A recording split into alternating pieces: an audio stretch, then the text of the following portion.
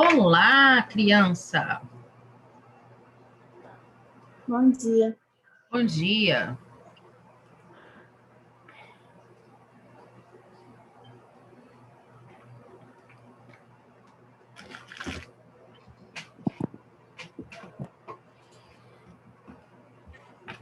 Bom dia.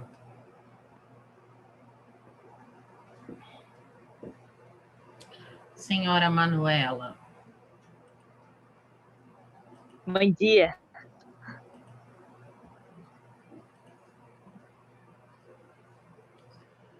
Deixa eu abrir o texto aqui de vocês.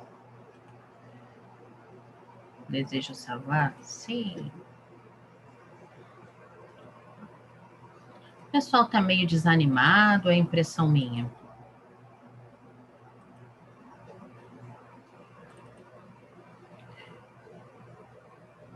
Não sei os outros, eu sou naturalmente.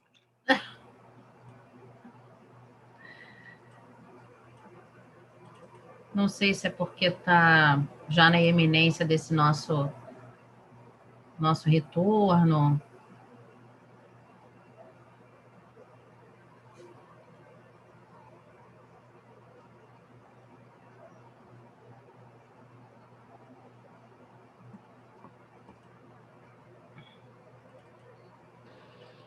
Gente, se eu cair é porque eu mudei de telefone e 4G não tá pegando só 3G. Aí o 3G aqui é horrível. Tá, beleza. Aí você entra de novo que eu te coloco. O pessoal chegando aqui.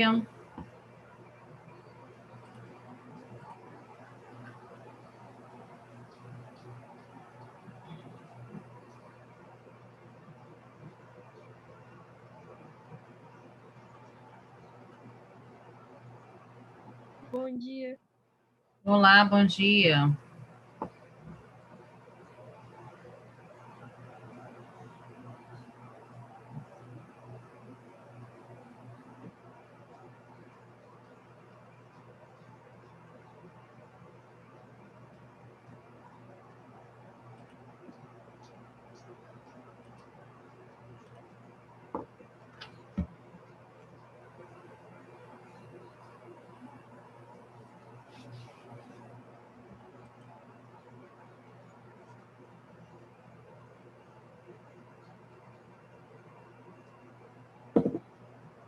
Um café para esquentar a garganta.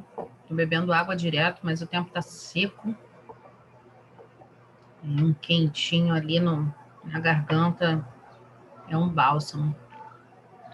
Tipo, esses últimos dias tava chovendo, depois parando, chovendo, depois parando. Aí começou esse calor infernal. Tô de saco cheio desse clima. Foi um verão atípico, né? Mas daqui a pouco já começa a mudar para outono. Continua calor. Olha, não sei, mas nos últimos anos tem feito um friozinho. Não sei se é porque também, assim, onde eu moro aqui agora tem muito mato em volta, montanha. Então acaba sendo mais fresco, né? E um pouco mais úmido também. E essa questão do tempo seco, para quem é alérgico, nossa senhora. Eu tenho rinite, então troca de tempo repentina é um horror pra mim. Até sangra meu Não nariz. sei se só a troca de tempo, né? Mas Qualquer sujeira, tipo a poeira, temperatura em qualquer si. coisa. Você está num Também. ambiente gelado e sai, de repente, parece que trava o nariz, né? Dá um negócio sinistro. Aí fica horrível pra respirar. E com máscara, então, na rua. Ai, Jesus, Putz, nem fala, professor, nem fala. misericórdia. Eu tenho um enjoo de transporte. Qualquer transporte que eu entro, eu fico enjoado na hora. Então, tipo, tem uma vez que quase vomitei dentro do ônibus, de tão enjoado que eu tava. Aí, junto com o calor de Praça Seca, que eu estava voltando de Madureira, com a máscara, eu quase vomitei dentro do ônibus, de tanto que eu tava passando mal. Algumas vezes. Agora eu já Já melhorou um pouquinho com relação a isso, assim, mas tem algumas situações que eu deixo mesmo de sair de casa, não só pela questão do distanciamento, isolamento, enfim, mas algumas vezes, assim, vou ter que usar máscara? Não, não vou não. Vou na farmácia, né?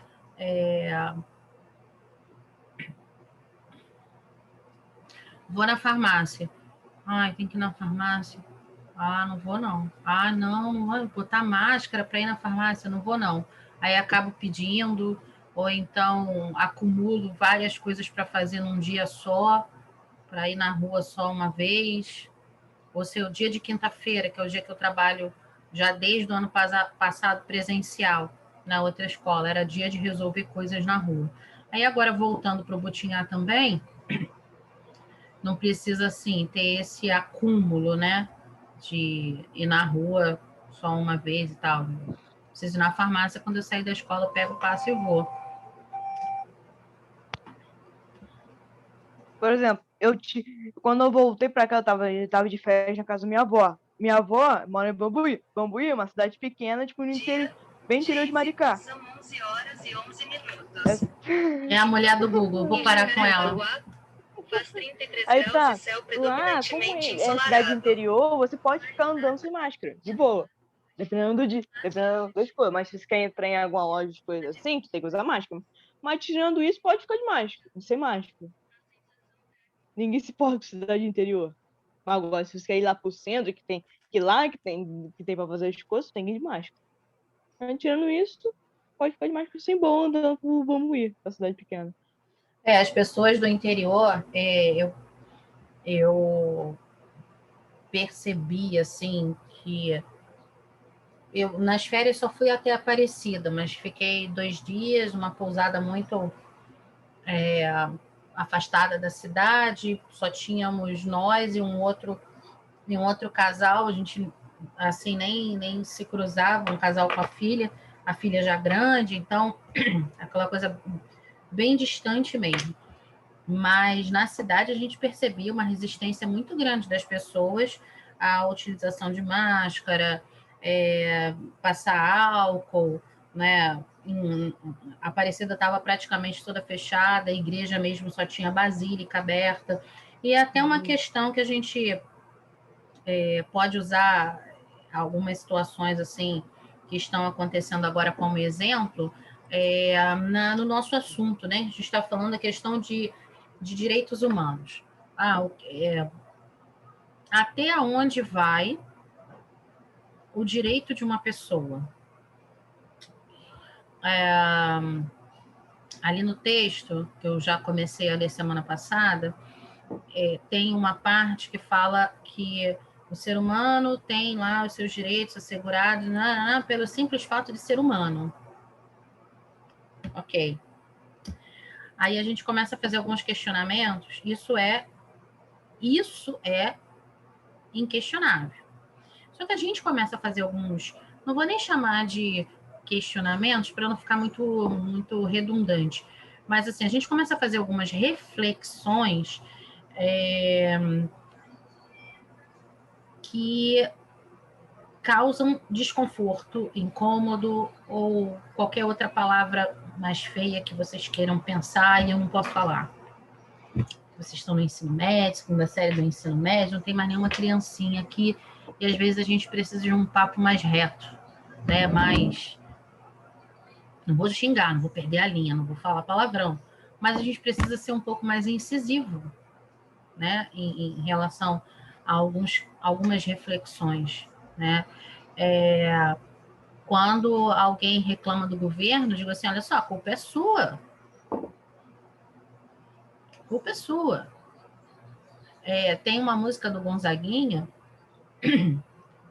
que quem não conhece Gonzaguinha, procure conhecer, já é um cantor que é falecido, mas que tem umas músicas que agora, no momento em que a gente está vivendo, são músicas muito atuais, porque ele era um cara que dava uma espizinhada com a política, um deboche, um sarcasmo muito inteligente. Pessoas sarcásticas são pessoas inteligentes, tá? Isso também é inquestionável. O negócio é usar o sarcasmo de maneira muito, muito ruim de quem não entende o sarcasmo, né? Ele questiona, né? Ele começa a colocar algumas situações e aí os refrões ele fala: você merece, você merece, você merece. Você escolheu isso, isso, isso, você merece. Você tomou essa decisão, você merece. Você deixou de tomar uma determinada atitude, uma determinada decisão, você merece. Então, a gente tem o governo que a gente tem agora porque a maioria votou na pessoa que se apresentou ali e o povo foi, né? O povo, quando eu falo a massa, isso eu estou falando em todas as esferas, tá? Não estou falando de esfera federal, não. Eu estou falando de todas as circunstâncias, até de governos anteriores. Se a gente chegou nisso agora, é porque a gente falhou lá atrás. Ninguém engorda 20 quilos porque comeu um hambúrguer. Ninguém engorda 20 quilos amanhã porque comeu um hambúrguer hoje. Você engorda 20 quilos amanhã porque você se entupiu de hambúrguer praticamente a tua vida inteira. E por aí vai. Estão entendendo? Esse discurso. Aham. Você é eliminado com 99,17 num programa de televisão porque você mostrou aquilo que você é e a ética se tornou moral naquele processo de votação e as pessoas resolveram tirar a mocinha ontem lá.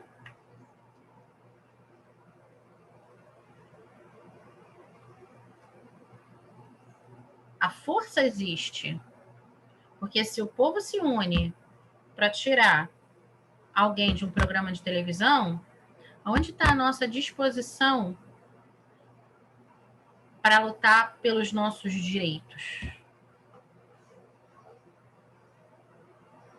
Foi uma coisa que eu já falei em outras situações, eu não sei se eu já falei isso nessa turma, mas, para mim, político tinha que fazer prova para poder assumir o cargo público que ele concorreu. Você tem que fazer Enem, você tem que fazer prova na escola, você tem que fazer autoescola, tem que fazer prova, tudo você tem que passar por avaliação. Qual é a avaliação que um político passa para assumir um cargo público? É a avaliação do povo? Mas será que ele conhece? Será que ele já leu sobre direitos humanos? Vocês estão lendo sobre direitos humanos. Vocês vão ter acesso à Declaração Universal de Direitos Humanos. Mais na frente a gente vai falar sobre a questão das políticas públicas, sobre a Constituição. Será que eles conhecem a Constituição? Será que todos os políticos que receberam lá o certificado deles, o diploma, foram diplomados em cargo público, né? Eles conhecem a Constituição? E se eles chegaram lá sem conhecer, a culpa é nossa, porque nós votamos neles. E aí vocês, né, que não sei se todos já têm título, mas daqui a pouco vai ter que ter, e vai ter que ir votar, vai votar porque é obrigado e vai ficar de brincadeira? Ou já que é obrigado, você vai fazer o negócio direito? Para lá na frente você não ser crucificado pela própria pessoa que você elegeu. É muito doido isso, mas é algo para ser pensado.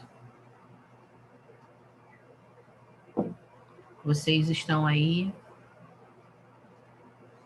Sim. Aham. Tá muito ruim? Tá complicado? Tá indo. Vocês não veem necessidade nenhuma de falar nesse assunto? Ou qual é a necessidade de falar nesse assunto?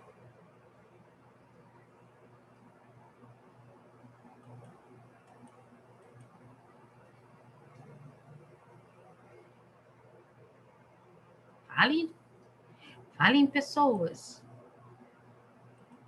Davizinho, meu querido. Vitinho.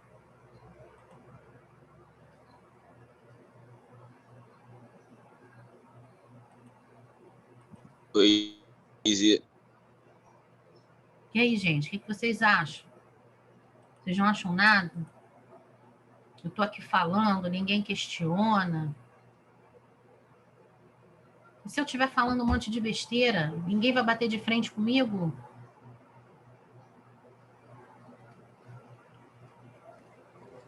Se, na real, tipo, já tentei debater besteira que o professor falou e no final das contas só encheram o meu saco do WhatsApp no final das contas. Então, eu fico quieto quando acontece coisa do tipo.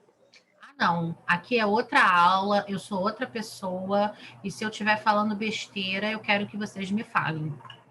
Porque pode ser, falei um besteirão na aula do 6º ano, no primeiro tempo. Li lá um negócio e cheia de... Li ali um negocinho no texto, aí fui, expliquei para eles, aí o menino, professor, olha só, ali onde você falou o século, não seria século XIII? Aí eu, peraí.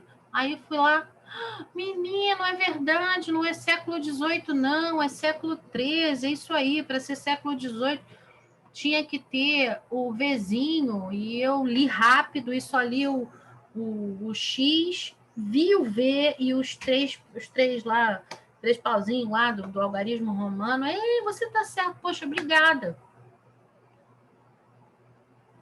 E aí eu tive que dar uma outra explicação, porque eu errei os séculos. E eu acho importante que vocês falem. Pode argumentar.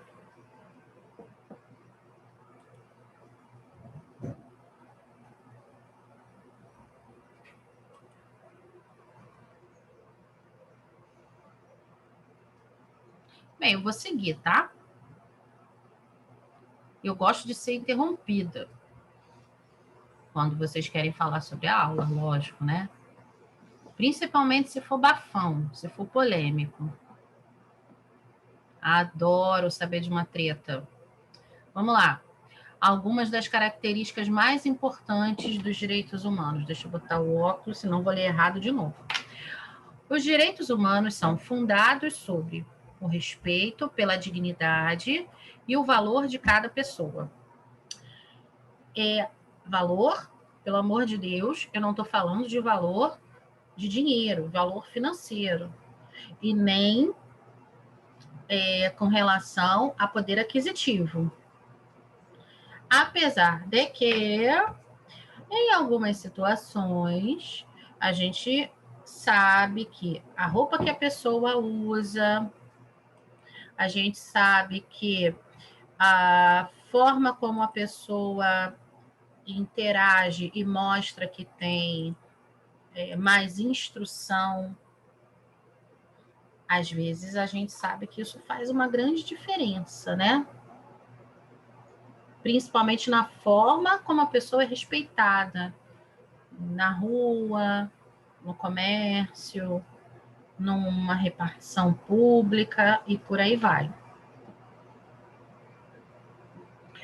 Os direitos humanos são universais, o que quer dizer que são aplicados de forma igual e sem discriminação a todas as pessoas.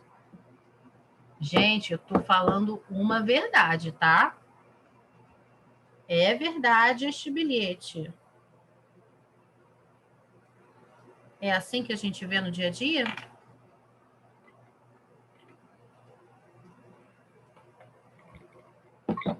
Não. Discriminação é crime, tá?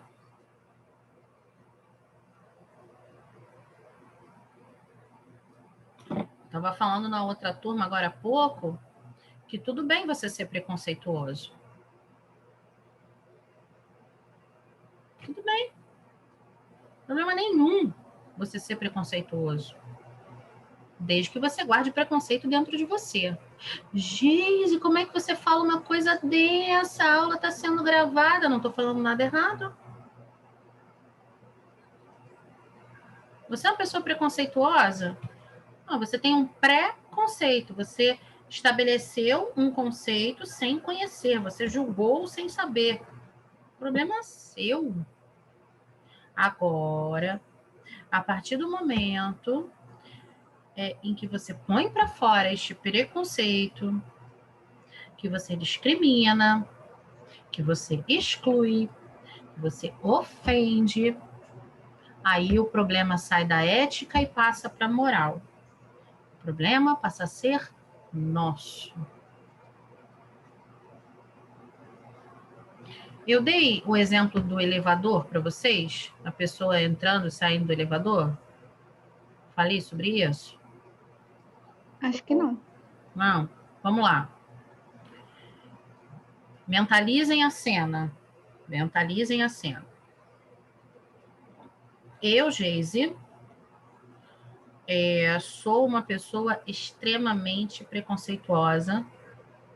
Eu não entro no elevador com negros de maneira nenhuma. Morro de medo. E eu entrar no elevador sozinha com negro? Nem pensar. Mas eu nunca falei isso para ninguém. Gente, é exemplo, tá? Pelo amor de Deus.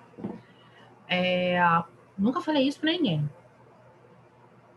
Quando eu abro a porta do elevador e tem uma pessoa negra lá dentro, eu faço, caraca, deixei. Ih, tem que voltar no carro. Esqueci. Se eu abro o elevador e tem uma pessoa negra lá dentro, ih, meu Deus, vou ter que voltar em casa. Vai lá, desce lá. Obrigada, tchau. O nome disso é hipocrisia. Tô mentindo. Mas eu não tô ofendendo ninguém. Agora, se eu abro a porta do elevador e vejo que tem uma pessoa negra lá dentro e digo assim, pronto, acabou. Não precisa mais nada. O meu basta. Se eu abro a boca, então, para dizer, desce lá você, porque eu não ando colado com preto. Aí não tem jeito não. Aí é cadeia. Porque isso é injúria racial. Deu para entender a diferença? Aham. Eu fui muito incisiva? Não.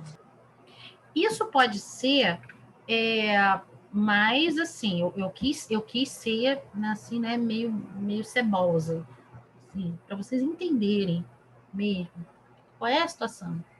Mas isso pode ser um pouquinho mais sutil, né?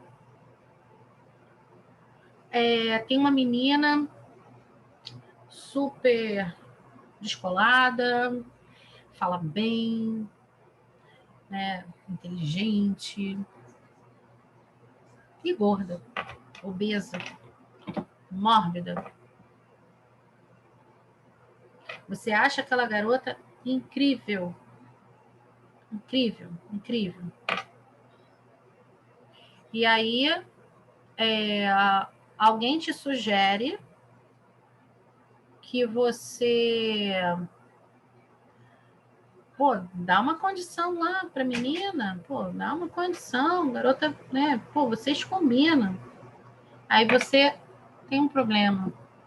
Apesar de achar aquela pessoa incrível, você acha que você seria incapaz de namorar uma pessoa gorda, uma pessoa obesa. Porque você tem vergonha do que as pessoas vão pensar. Porque você tem vergonha do que a sua família vai falar. por mais que você ache aquela pessoa incrível. E aí você começa a partir do momento que alguém abriu esta possibilidade, você começa a destratar a tal pessoa, a tal menina. Ai, você é preconceituoso ou preconceituosa? Não, não, de maneira alguma. É chata. Mas o problema não é que ela é chata. Estão entendendo? Aham. E a gente vê um monte de gente fazendo isso, né? É uma discriminação velada, né? É uma discriminação, digamos assim, enevoada. Não fica claro que o problema, o cerne da questão, é o peso, é a aparência física. Você desvia para uma outra condição. Os direitos humanos são inalienáveis e ninguém pode ser privado de seus direitos humanos. Eles podem ser limitados em situações específicas. Por exemplo, o direito à liberdade pode ser restringido se uma pessoa é considerada culpada de um crime diante de um tribunal e com devido processo legal. Tem outras situações também. Qualquer pessoa, qualquer cidadão civil pode dar voz de prisão a um outro cidadão se ele souber por que ele está dando voz de prisão e se ele souber, se ele chamar praticamente imediatamente uma autoridade no assunto, tá? Então, você de repente vê dentro de um ônibus uma mulher sofrendo abuso, sofrendo assédio. O homem foi lá, mostrou as genitálias dele para a mulher, ela está constrangida e você percebeu isso. Você pode dar voz de prisão para aquela pessoa, se você souber a lei, se você souber como faz. E aí você tem que deter aquela pessoa, ou seja, você pode, naquele momento ali, privar a pessoa do seu direito à liberdade e chamar a polícia. Só que vai ter que provar, tá? Porque se você faz isso e a mulher que está do lado diz assim, não, não, não, eu não vou para a delegacia, não. Não, não, eu conheço ele vai fazer alguma coisa com a minha família e eu não vou, não vou. Aí, quem pode se dar mal é você. Se você não tem uma testemunha, você não tem como provar o que a pessoa fez. Ah, tem a câmera do ônibus, alguém estava filmando, a mulher lá não quis ir para a delegacia, mas alguém filmou. Aí é outra situação, tá? Mas se a pessoa lá disser que não, você tem que provar. E é por isso que muitas vezes algumas pessoas simplesmente não se manifestam, né? Não observam, só observam, não tomam nenhuma atitude por conta disso. É muito chocante, muito chocante. Mas por que a pedofilia é tão grande no nosso país? Por que a violência doméstica é tão grande no nosso país? Porque as pessoas ainda têm medo e não querem se expor. Ah, tem medo por quê? Ah, tem medo porque não tem um programa decente de apoio às vítimas. Não tem um programa decente de apoio às testemunhas. E aí a gente entra em vários questionamentos. Tudo bem até aí? Aham. Os direitos humanos são indivisíveis interrelacionados e interdependentes, já que é insuficiente respeitar alguns direitos humanos e outros não. Na prática, a violação de um direito vai afetar o respeito por muitos outros. Todos os direitos humanos devem, portanto, ser vistos como de igual importância, sendo igualmente essencial respeitar a dignidade e o valor de cada pessoa. Então, o valor da pessoa humana, né, é o simples fato de estar vivo, respirando, seja lá qual for a situação. E mesmo depois da morte, existem alguns direitos que eles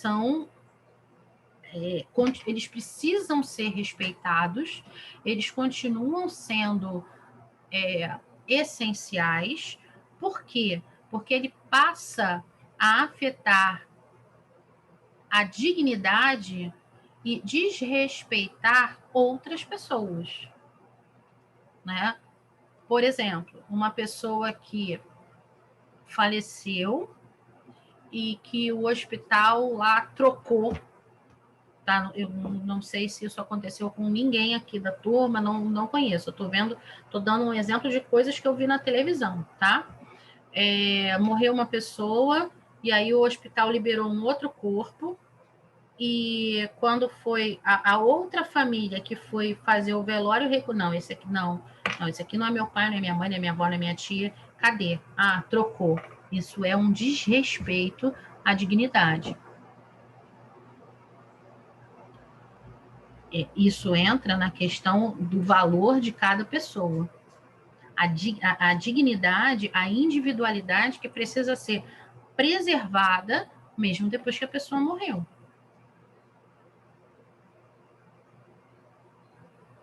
Tudo bem? Eu já vi um caso que não tem aqueles, tipo, biologia em faculdade, que o pessoal vai lá, pega o corpo de um mendigo que já morreu, vai lá e dá pro pessoal, tipo, estudar mesmo, sabe, anatomia e tudo mais. Aí eu já vi o caso de uma professora minha de ciências que uma colega dela da sala dela foi fazer anatomia em um corpo e esse corpo era do pai dela. Aí ela processou a faculdade e tal, eu acho que ela venceu até. Nossa.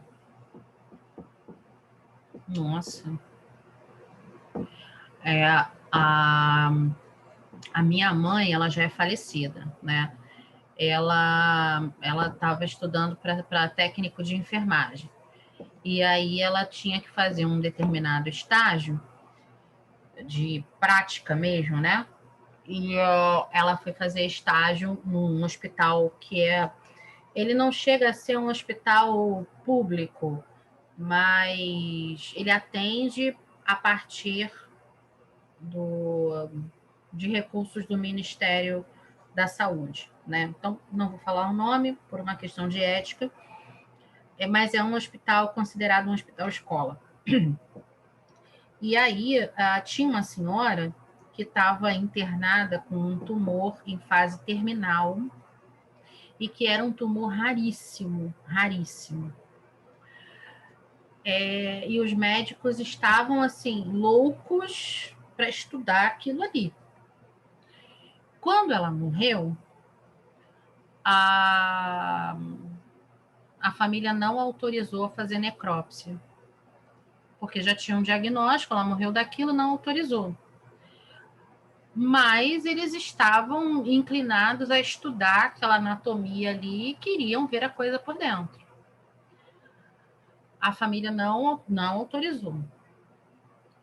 E aí começou a acontecer uma situação lá de liberação do corpo, e não liberava, e não liberava, não liberava. E muito tempo depois, esse corpo foi liberado.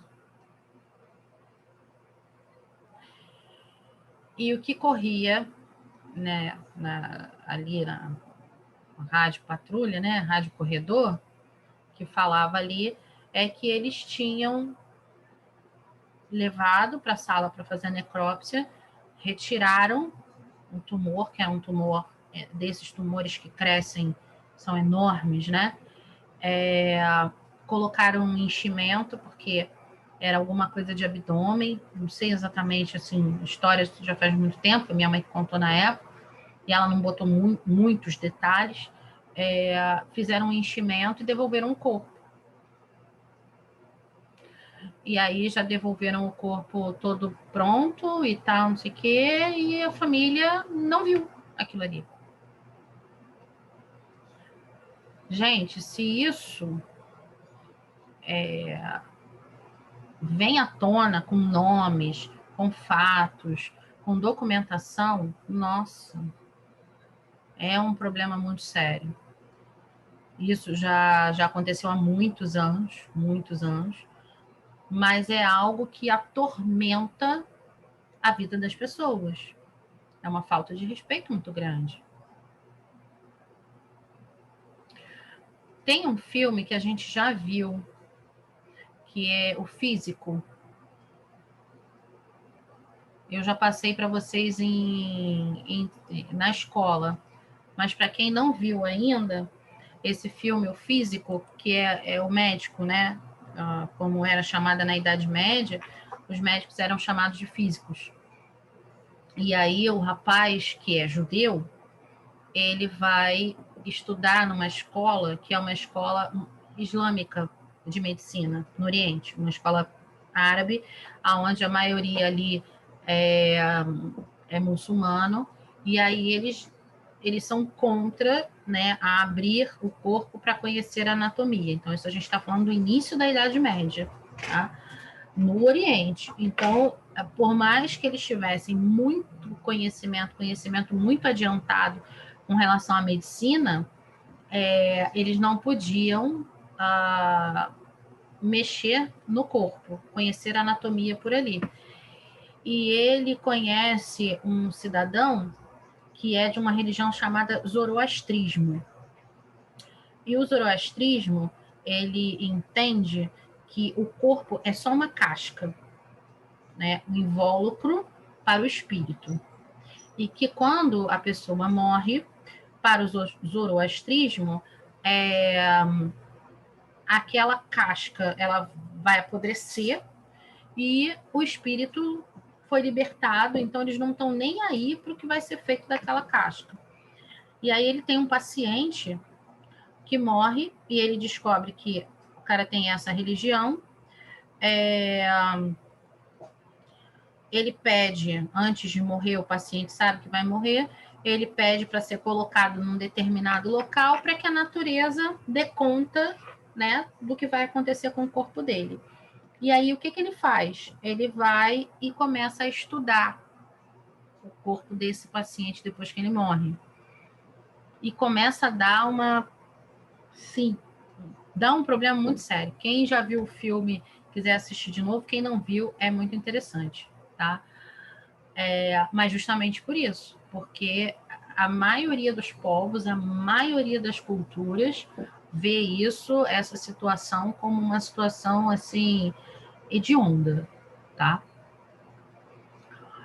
Aqui a gente tem só esse pedacinho, reforça a questão da criação da ONU, né, a partir de 1945, e aqui a gente tem algumas normas e diretrizes internacionais com relação a tratados, costumes, declarações. Então, é uma parte interessante, porque existe alguns tratados que são especiais entre países, né? Então, por exemplo, relações, né? Brasil e Portugal tem alguns tratados. Carteira de motorista, por exemplo, se você é turista, tem uma carteira de motorista, você tem o direito assegurado de usar aquela carteira de motorista para dirigir em Portugal. Você não precisa tirar uma carteira nova lá, por exemplo, tá? E alguns outros tratados, algumas situações que te protegem enquanto cidadão num determinado país. Alguém quer fazer alguma pergunta?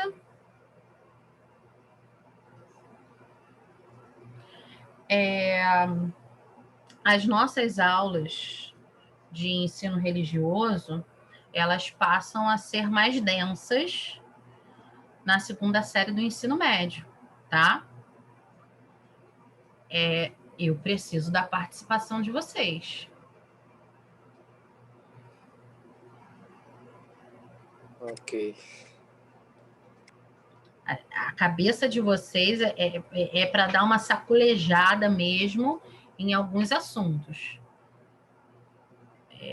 A gente quer que vocês se tornem seres críticos, altruístas, né, cidadãos que têm aí consciência da sua participação na sociedade. Ok? Ok. Beijo para vocês, tá bom? Tchauzinho. Tchau.